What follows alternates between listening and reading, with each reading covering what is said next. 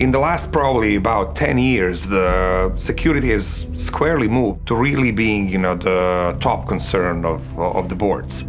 Most organizations that are large, that are leaders in their sectors, are dealing with, data that is not necessarily fully covered with their existing stack, and need to start thinking about, how they get ahead of the attack vectors, coming their way.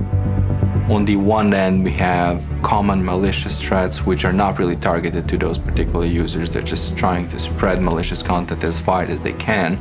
And on the other hand, you have real nation-state sponsored actors who have financial gain. There wasn't a solution which was trying to bring everything together into a single platform. What it was really trying to understand, how the attack code was actually being made. These solutions were really narrowly focused on only specific problems. There was very few organizations that come yet to realize the importance, of scalable technology. Us getting together and saying, well, this is something we can tackle on ourselves and we can do it a lot better if this was the main focus, was the main driving force for us. The number one goal for me and Tomislav was, to really build the best possible technology we could come up with. We needed to define the problem of static analysis and apply our unique way of thinking about it. We wanted to go down the direction where there are no readily available open source free tools or commercial tools that defenders could rely on, and then also something that is rather difficult for attackers to circumvent. Us researching on how to do it and basically acquiring first customers was this amazing learning experience that we had to go through. We surrounded ourselves with a lot of really brilliant people, and we gave them almost impossible tasks to solve. These were challenges of scale, challenges of depth, and these folks really took upon themselves to create solutions which cannot be compared to anything else at the time or even now.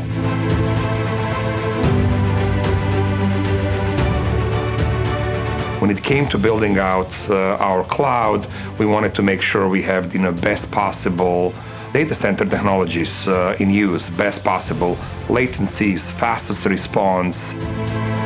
How do we deal with the volume of data, not today, but in 10 years' time? So we started designing for that, starting designing for volumes, which became true in a couple of years since we founded the company. We're really interested in providing visibility through those hard to reach, difficult to analyze, binary objects. So our concept of analyzing files does not stop at the point at when the file is actually processed.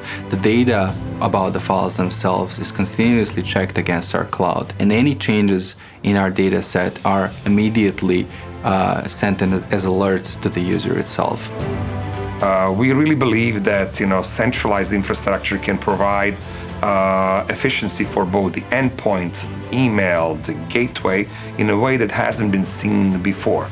We've built integrations with many different types of products today. So we can collect data from the endpoint, we can collect data from the network, we can collect email data. We even have data being manually submitted from any number of sources to the platform itself.